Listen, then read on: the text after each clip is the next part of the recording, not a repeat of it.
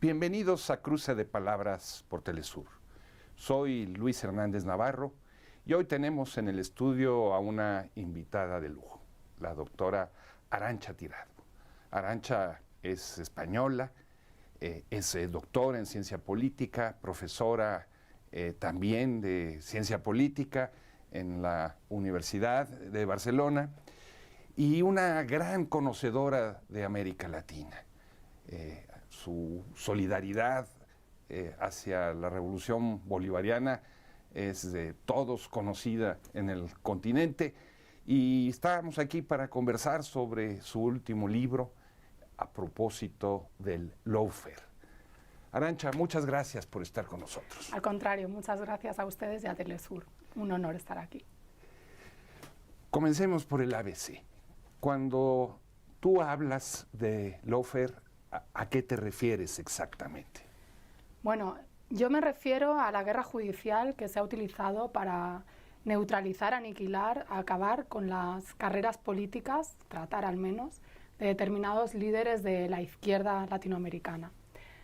El lawfare es un concepto que tiene un origen en el ámbito militar y que ha tenido diversas interpretaciones, pero en mi lectura el lawfare vendría a ser una táctica bélica que busca, como los golpes de Estado en otros tiempos, como los cambios de régimen, lograr esa sustitución de líderes por vías legales, utilizando la ley para llevar a estos líderes pues, a juicios políticos que están armados sobre casos de corrupción o supuesta corrupción, para tratar de impedir que se vuelvan a presentar elecciones, que sigan llevando adelante un proyecto político. Un proceso que arranca en América Latina con el golpe de Estado en contra de Mel Zelaya en Honduras, que luego se va con el obispo Lugo a Paraguay y que se extiende en todo el continente. ¿Es así?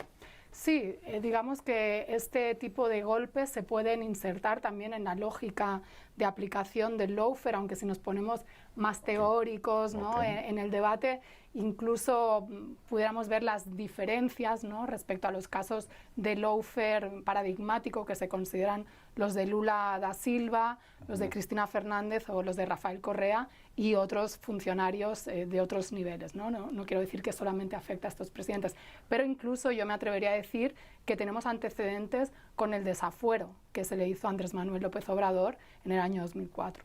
¿Tú dirías que ese proceso en donde el que era el alcalde de la Ciudad de México trató de ser imposibilitado para que participara en el proceso electoral del 2006, que finalmente ganó, al que le hicieron fraude, es un antecedente de estrategia de guerra?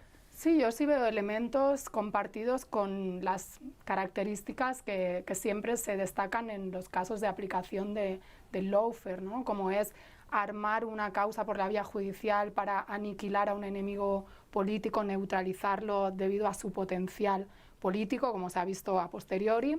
También el uso de los medios de comunicación, los intereses geopolíticos, no cabe duda de lo importante que es México para Estados Unidos, no solo por los tratados comerciales, sino porque siempre, ¿no? Ha habido una relación muy estrecha y también en términos de seguridad y demás.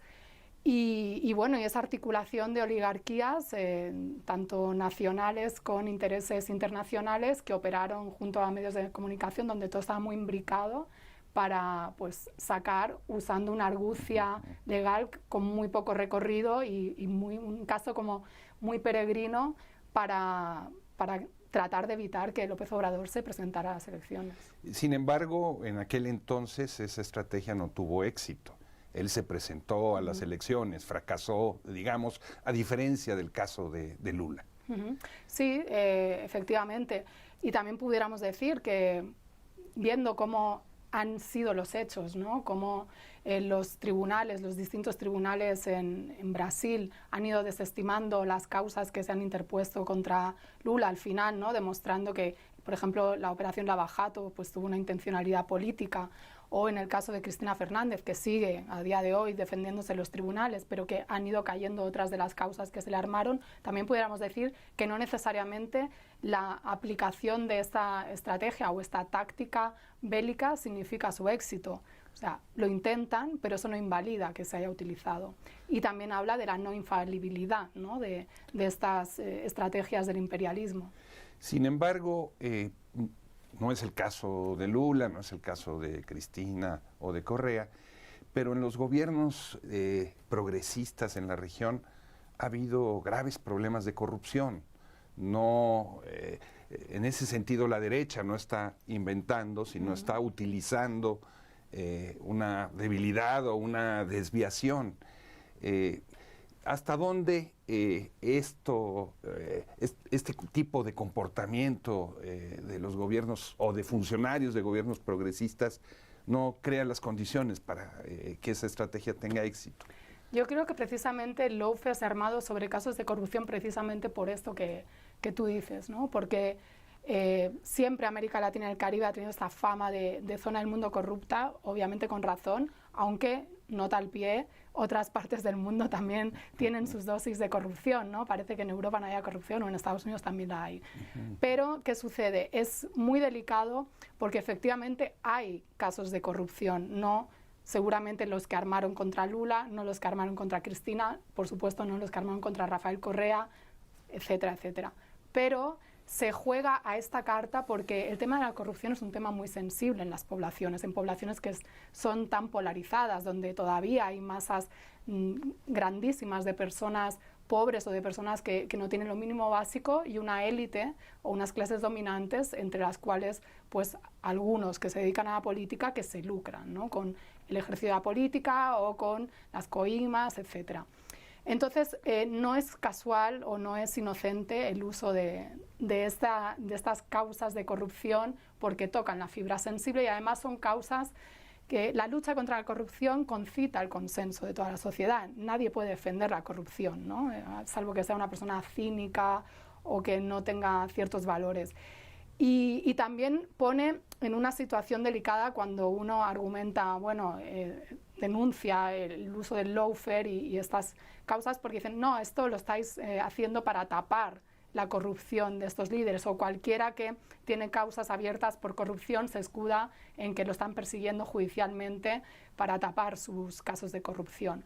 Yo creo que esto va más allá de esos casos. O sea, hay elementos específicos muy concretos donde hay injerencia también en términos geopolíticos, donde no se sostienen las causas, donde hay un uso de los medios de comunicación, donde hay una presunción de culpabilidad usada por esos medios de comunicación que, como se está demostrando, ¿no?, en los tribunales, por suerte, no tiene tanto que ver con la corrupción como con el hecho de aniquilar, ¿no?, a un enemigo político. Y en el caso de Andrés Manuel López Obrador, cuando el desafuero, bueno, ahí no pudo ser por corrupción porque obviamente él se había destacado siempre por la lucha contra la corrupción, fue por otros motivos, pero bueno, que el hecho de la corrupción sí coincido que no tiene que servir el lawfare para tapar, obviamente, los casos de corrupción en los que puedan incurrir pues mandatarios o funcionarios de la izquierda. Estas iniciativas de lawfare, en el caso específico, Brasil, Ecuador, Argentina, vienen cuando ya hay un proceso de desgaste de estos gobiernos. O sea, no olvidemos cómo durante la administración de Lula y después de Dilma hay grandes protestas estudiantiles de gentes que en otras circunstancias hubieran apoyado un gobierno de esa naturaleza, o de mujeres, ¿no? Y lo mismo sucede con Correa, por ejemplo, con el movimiento indígena o con los sindicatos magisteriales, grupos obreros que están enemistados de origen. Y lo mismo se puede señalar en el caso argentino, ¿no? ¿Hasta dónde entonces el lawfare puede tener éxito por este desgaste previo? Y sin este desgaste, entonces habría sido muy difícil que caminara.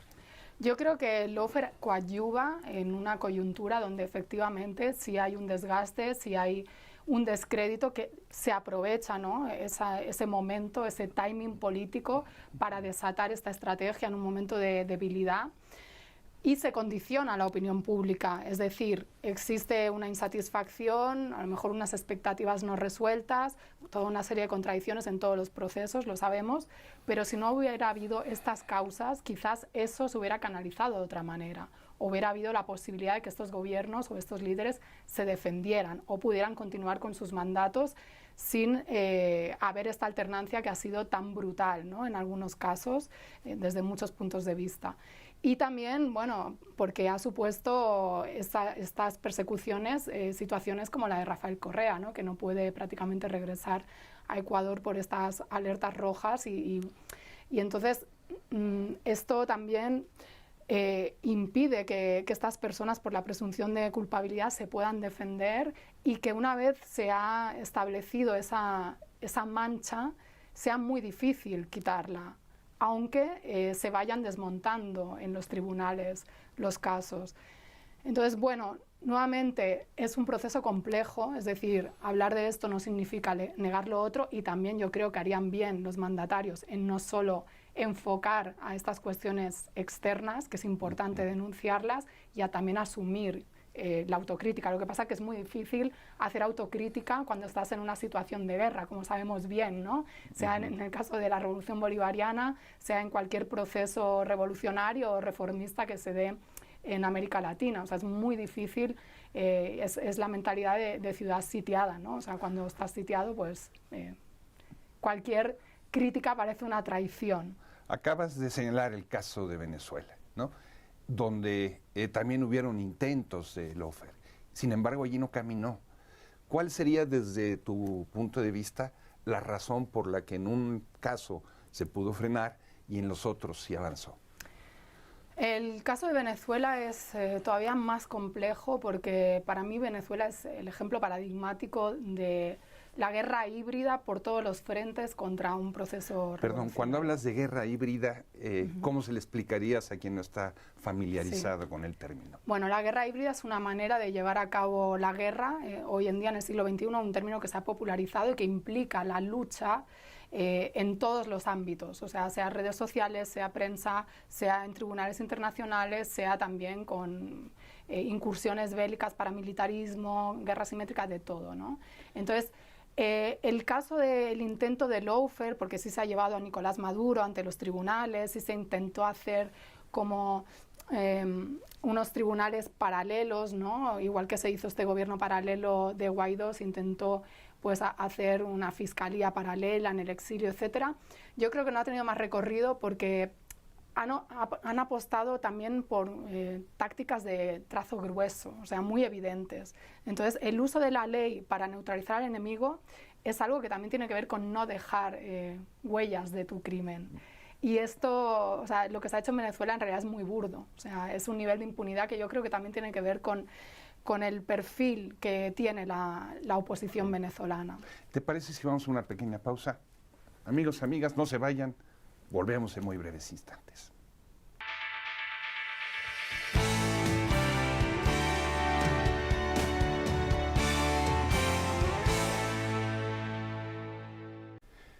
Estamos ya de vuelta en este cruce de palabras, conversando con la politóloga Arantxa Tirado a propósito de su último libro, Lawfare.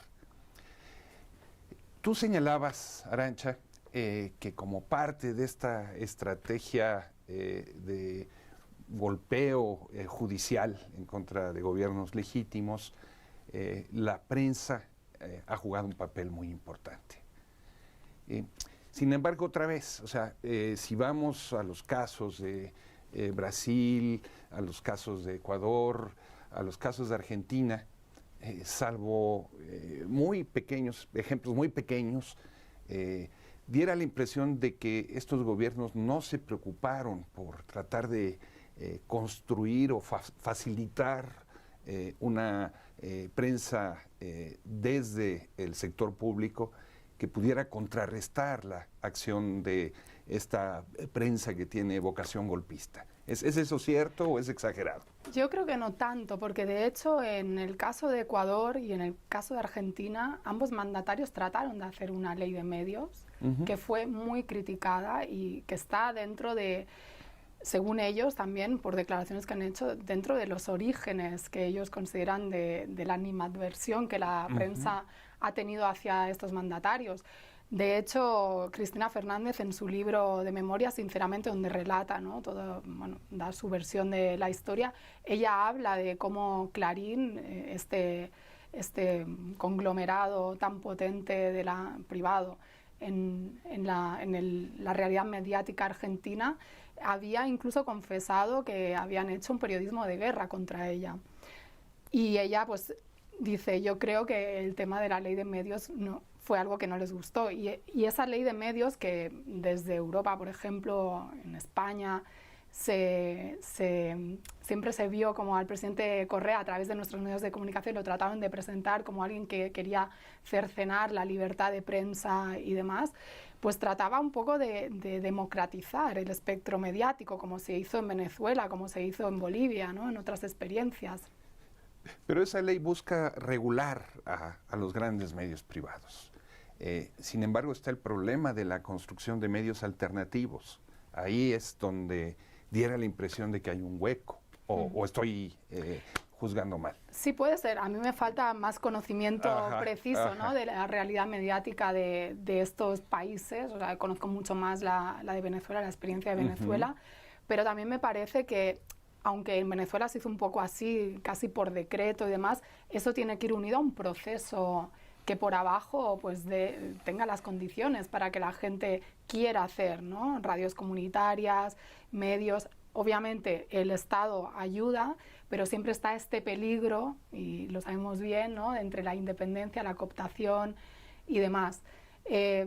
También es cierto que Correa pues tuvo enfrentamientos, ¿no?, con sectores organizados, ¿no?, en determinados momentos, y bueno, eso quizás no ayudó.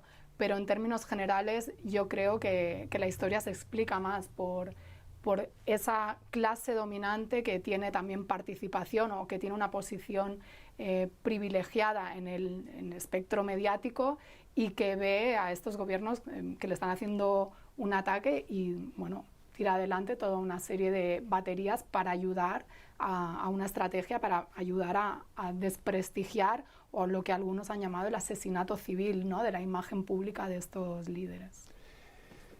Acaban de pasar la primera ronda de las elecciones en Brasil.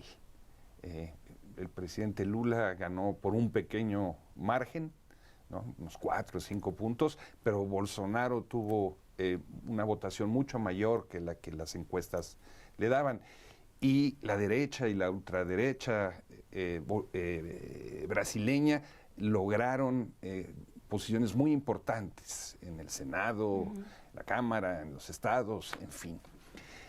¿Tú dirías que esta correlación de fuerzas en Brasil, este avance de, no sé si llamarlo realmente fascismo, o a quienes votan por Bolsonaro, este avance tiene que ver con esta estrategia de lawfare, o tiene otro tipo de explicaciones? No, yo no lo vincularía tanto al lawfare. Yo creo que esto es un fenómeno que se está dando internacionalmente. Incluso en Europa tenemos expresiones, ¿no?, de esta derecha radical, ultraderecha, extrema derecha. Bueno, hay muchas maneras de calificarla, que está fagocitando prácticamente a unas derechas liberales, conservadoras, que eran más pro-establishment, y que un poco también al calor de lo que fue la victoria de Donald Trump en Estados Unidos, y este teórico Steve Bannon, que se dedicó a articular, digamos, una derecha que se ha venido a llamar populista. A mí el término populista no me gusta mucho, creo que es confuso, pero bueno. Bannon, el bolchevique de la derecha, pero... Sí.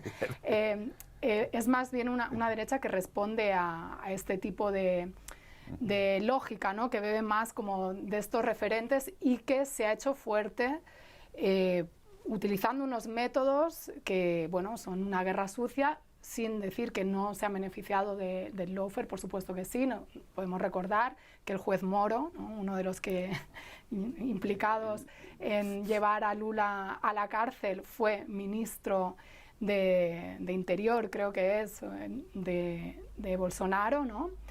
Y bueno, o sea, obviamente les ha sido funcional el lawfare, pero yo creo que estos fenómenos hablan más, o sea, esta preocupante derechización que hemos visto en cómo Bolsonaro se mantiene fuerte a pesar de haber perdido las elecciones y ha ganado espacios, que le van a dar mayor capacidad política, habla de movimientos profundos de transformación a la sociedad que se deben atender y que creo que son un llamado de alarma para estos gobiernos. O sea, si Lula gana las elecciones y acaba siendo presidente, bueno, va a tener que ver, ¿no?, qué está pasando en Brasil en este caso, y también, ojo, porque tenemos un riesgo que es esta izquierda que hace alianzas también con la derecha para abrir el espectro, pensar que así va a recibir más apoyos, pero ¿qué sucede después? Como se ha visto en Italia, cuando una izquierda, por muy descafeinada que sea, se mete a gobernar con una agenda neoliberal,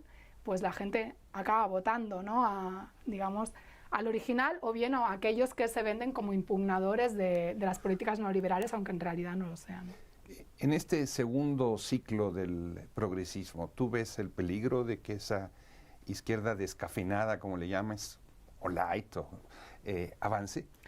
Yo primero quiero dejar claro que no estoy diciendo que Lula o Cristina o Correa sean izquierda light, ¿no?, porque me parecería que por mi parte sería demasiado. Pero sí es cierto que hay un momento de mayor debilidad, aunque pueda haber, por un lado, un mapa geopolítico donde hay más gobiernos de izquierda, no tenemos figuras referentes que apuntan hacia una presión hacia la izquierda, como era el comandante Chávez, ¿no?, en su momento. Está Nicolás Maduro, pero bueno, con todas las dificultades que tiene Venezuela, que le hace estar quizás más ensimismada en sus problemas que haciendo de motor internacional, como hizo en su momento Venezuela, al menos de manera tan proactiva. Los organismos de concertación, de integración, han sido muy atacados en ese impasse de gobiernos de derecha, se tienen que rearticular todavía. Y esa radicalidad que imponía Chávez, aunque Néstor Kirchner o Lula tampoco fueran tan radicales, pero sí empujaba a América Latina en una dirección donde había un horizonte de posibilidad de transformación más allá del capitalismo. Ahora esta izquierda está muy tocada y yo creo que está haciendo interpretaciones de qué es bueno. O sea, la gente se ha derechizado, debemos ir más hacia el centro, o la paradoja, ¿no?, de haber aumentado el poder adquisitivo de tus poblaciones y encontrarte con una masa de votantes que a lo mejor tienen otras expectativas diferentes y esperan otras cosas. Entonces es un panorama complejo, pero bueno, yo diría que en términos históricos sí es un peligro, ¿no? Sí, es muy fácil decirlo también, no estando gobernando, pero vamos a ver qué sucede. Pero es muy importante lo que señalas, ¿no?, porque finalmente hay una ola donde incluso ciertos gobiernos que se presentan como progresistas se quieren deslindar de Venezuela o de Cuba, van incluso más allá y los critican, cuando los procesos de transformación del continente no se explican sin el papel de la Revolución Cubana y de la Revolución Bolivariana. Efectivamente, y además es que el hecho de ponerse aparte, ¿no?, y no querer sumarse a ese bloque contrahegemónico liderado en manera más radical, o querer diferenciarse, no los va a salvar. De hecho, el lawfare contra Lula demuestra que para el imperialismo, para las oligarquías, sean nacionales, internacionales, no sirve que tú hagas una política reformista que ni siquiera, apliques recetas de ortodoxia desde su punto de vista, ¿no?, porque tampoco Lula pues hizo muchísimo, pero muchas otras cosas pues obviamente no pudo llevarlas a cabo, porque una cosa es, y en esto en el Estado español, por la experiencia de Unidas Podemos en el gobierno también lo sabemos, una cosa es tus proyectos, tu agenda, lo que tú quieres en tu programa llevar adelante, y otra cosa es la situación estructural, los poderes fácticos, la correlación de fuerzas. Entonces, ni siquiera el hecho de tener una agenda reformista moderada te libra de este intento de cambio de régimen, con lo cual, pues, ¿por qué no ser audaces? ¿Por qué no serlo? ¿Cómo ha sido recibido tu libro, Arantxa? Pues no me puedo quejar, es un libro que en el Estado español yo creo que ha sido leído. Ahora cada vez más, por desgracia, también se ha puesto de moda este término del lawfare, y con toda la persecución judicial a los integrantes de Podemos, también al independentismo catalán, pues yo creo que hay gente que busca, ¿no?, entender, aunque el libro aborde principalmente las experiencias latinoamericanas, pero siempre se puede aprender, ¿no?, aunque algunos españoles piensen que lo que pasa en América Latina no tiene nada que ver ni nos afecta. Y luego hemos tenido, bueno, ha habido coediciones aquí en México, con la Cámara de Diputados, se ha publicado también en Venezuela y va a salir próximamente en Cuba, que me da mucho gusto porque eso implica que las poblaciones de estos países van a poder acceder al libro de manera pues más económica que si se vendiera directamente por acá en España. ¿Qué tanto trabajo te costó elaborarlo? Porque es un libro que tienes que hacer sobre la marcha, cuando las cosas no terminan de suceder todavía. Sí, bueno, años de trabajo, porque ahí está cristalizado pues toda una investigación, trabajo previo, y luego sí, efectivamente hay toda esta parte de dificultad de que estás analizando acontecimientos, como diría Walter Martínez, en pleno desarrollo, que incluso los hechos van transformando tus propias reflexiones, incluso tus propias conclusiones. Habrá quien diga, bueno, pero estos casos, que ahora Lula vaya a ganar las elecciones o que Cristina ahora esté considerada por algunas encuestas como la primera candidata que ganaría las elecciones, primero en las primarias, ¿no?, del peronismo y quizás en las elecciones en su país, pues habla de que al fin y al cabo el lawfare no hace tanto daño, ¿no? Bueno, si se lee el libro se ve, sí hace daño, porque estamos hablando de una táctica que no deja de ser una táctica contrainsurgente, que habla también de la debilidad que todavía tenemos en América Latina y el Caribe frente a unos intereses oligárquicos, frente a ese imperialismo judicial que ejerce Estados Unidos en el mundo, y que es necesario conocer de dónde viene, contextualizarlo y saber cómo opera. Si luego por la difusión que se da a esto se desactiva, se ayuda a desactivar porque ya la gente está advertida y cada vez más la gente cree menos las mentiras de los medios hegemónicos, perfecto, pero eso no quiere decir que eso no haya existido, ¿no? Arantxa, muchísimas gracias por estar con nosotros. La guillotina del tiempo nos obliga a despedirnos. Un gusto, muchas gracias a ti. Amigos, amigas, muchas gracias por su amable compañía. Ya saben, los esperamos la semana que viene aquí por Cruce de Palabras por Telesur. Hasta la próxima.